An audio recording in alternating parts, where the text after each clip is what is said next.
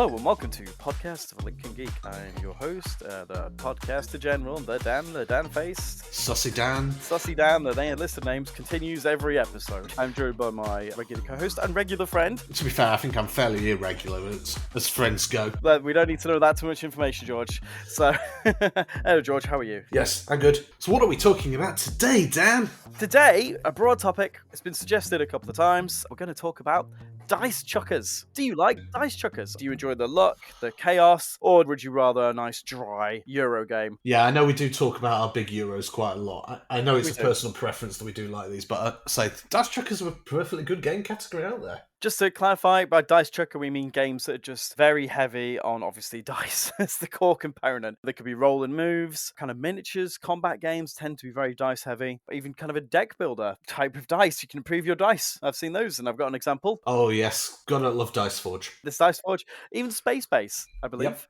is kind of a deck builder with dice. Without further ado then, George, can you name some of your favourite dice chuckers? Personally, I'm not a fan of dice chuckers. I like my heavy Euro games. There are dice chuckers out there I do like. I think one of them is definitely a perennial Diary of a Lincoln Geek favourite. Is Snapshot from Paperback Games. Oh, very good. Each turn you're rolling dice to see how effective you are in taking your pictures, but part of the reason why we like it is it's got luck mitigation mechanics, and the dice chucking it's a push your luck mechanic, which is quite common with dice genre. The how far do you go, how much do you trust your fate to the humble plastic dice gods. I do tend to get quite lucky with these things. My shrine to the dice gods is well stocked at all times. You've obviously fine-tuned your sacrifices just the right amount, because it is uncanny. You roll the exact dice you need quite a lot. It's nice to be lucky. They do have several other good examples, one of which most people would probably call a classic Euro game, which is Catan. Dice chucker? Yeah, every turn you're rolling the dice to determine what materials and everything else you get. So the game is based on dice and the look of the draw. Yeah. As the game goes on, those odds balance out and tactical play can give you more advantages, but ultimately at its heart, it's a dice chucker. You could say that. I mean, we're getting a bit grey with the definition. I mean, you could argue any game with a dice is a dice chucker. You could. Where do you draw the line? Was it where the core component is dice? I think for me, dice chuckers, it has to be that your core mechanic is based on your dice. Whilst things like Eclipse, Nemesis, they obviously have dice as a core mechanic. It's not for the combat. Yeah, it's not. It's an element of it. It's not the whole game. Yeah, well, true. Well, Settlers, you're probably right. You do roll the dice literally every turn, and that determines what space activates. I'll accept your classification. I admit it's very much on the edge of the classification at that point. I think one we've talked about quite a lot is the classic Talisman, of course. Yes. Good old roll and move. Great game. Can be a little bit drawn out at times, but it's always good fun. Classic game of its genre. Yeah. You roll to move, you roll to fight, you roll to determine what cards do. Yep, you roll. Just keep on roll. I think that the key to a good dice chucker really is to give people options to mitigate their bad luck, because it can leave a bit of a sour taste in your mouth if you just roll one.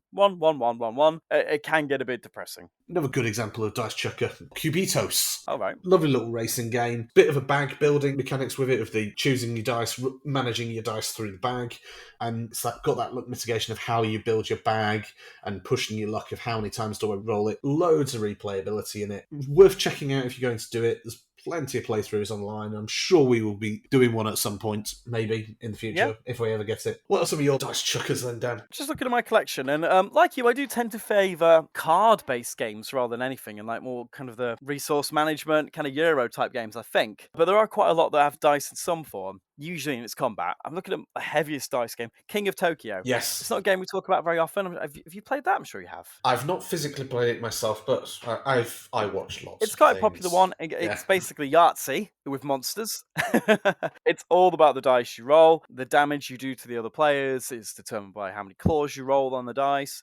Or you can get victory points by rolling matching numbers on the dice. It's a lovely, fun game. I haven't actually played it in a very long time. It's a very good light game as well. 20, 30 minutes tops. A lot of the best kind of gateway games or kind of warm-up games I find are just nice, fun, luck-based dice games. Yeah. Don't need to think too much. Just roll the dice and hope the gods are with you. Yeah, kind of like zombie dice as well. Like classic zombie dice. Just roll, get those brains. Push your luck mechanics at its best. Yeah. Spartacus, there's fists of dice in that game. Your gladiators or your fighters who you recruit, they've got 3 basic stats. Attack dice, defense dice, they've got speed dice. The higher the stat is, so if they've got like 4 in attack, they'll roll 4 attack dice. So some of your better fighters could have like 5 of each, so you could roll 15 dice per fighter. That's very dice heavy. I think there's not enough dice in the actual game. If you have to roll the dice, make a note of your score, and then pass the dice to the other player, that's incredibly dice heavy.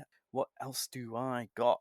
Elder Sign. That's a lovely little game set in the Cthulhu, however you pronounce it, franchise. Yep, gotta love Lovecraft. Similar, kind of push your luck a little bit as well. Like you've got to roll to get certain symbols, like the signs to seal off the gates to the Elder Gods dimension, all that kind of thing. One of my better examples of a dice chucker with a bit of strategy in it, though, is because you kind of got certain characters which have abilities to mitigate the dice, or perhaps you can pick the results you want by spending items, that kind of thing. It's not in your collection, but it's certainly in mine. You did mention it briefly earlier. Space Base, of course. Bit of an engine builder, but I say it's again like Catan. Every turn you're rolling the dice and managing and mitigating it based on what you buy. Lovely little dice chucker there. Yeah, and it's a fun game, and it is literally just all about the dice. I think that's a pure dice chucker. It's an interesting one, and I know Pete's left a comment on this, which I'll read out in a moment. But I think if you feel like you have bad dice luck, I feel you can mitigate that in this game, because a lot of the powers in Space Base kind of rely on the other players rolling dice for you. You have your standard 1 to 12, 2d6, which you roll on your turn. You'll get the benefits from whatever number you roll. But if you manage to deploy your ships,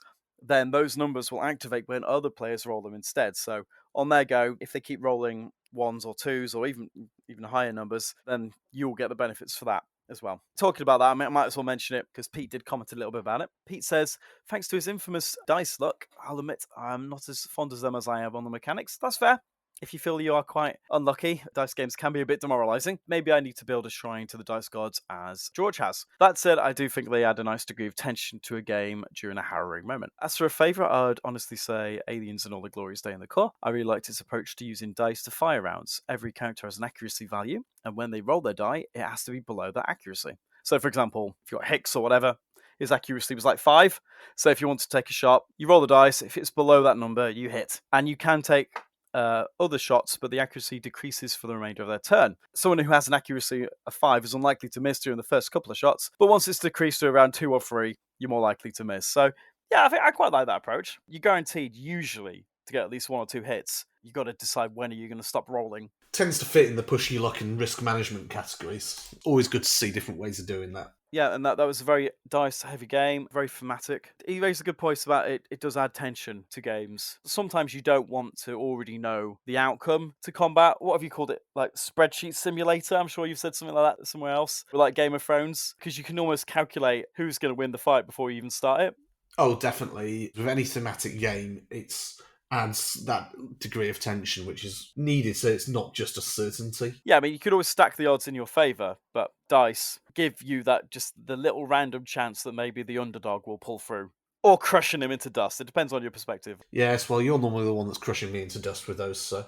That is not true at all. That is scandalous and lies. What else did Pete say? Nemesis is a good way of handling dice in regards to its noise and combat mechanic. Yeah, it's interesting. Though he does second your opinion on the randomness of the health of the aliens. I would blame that probably more on the cards, I think. Yeah. That's the cards' fault. Though they kind of simulate dice in a way, don't they? To a degree, but yes, I think it's an interesting one. That example in Nemesis, when you damage an alien, the dice will have like either 1 hit or 2 hits. And once you've damaged the alien, you then flip over is it the top card of the encounter deck? The Intruder Intact deck. That's the one.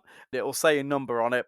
And if the current damage on that alien is equal to or more than that number, then the alien dies. It can be quite demoralizing when you spend loads of ammo, you get like 4 or 5 damage on the alien, and then you flip over a card and it just said 6 on the top of it. Yeah.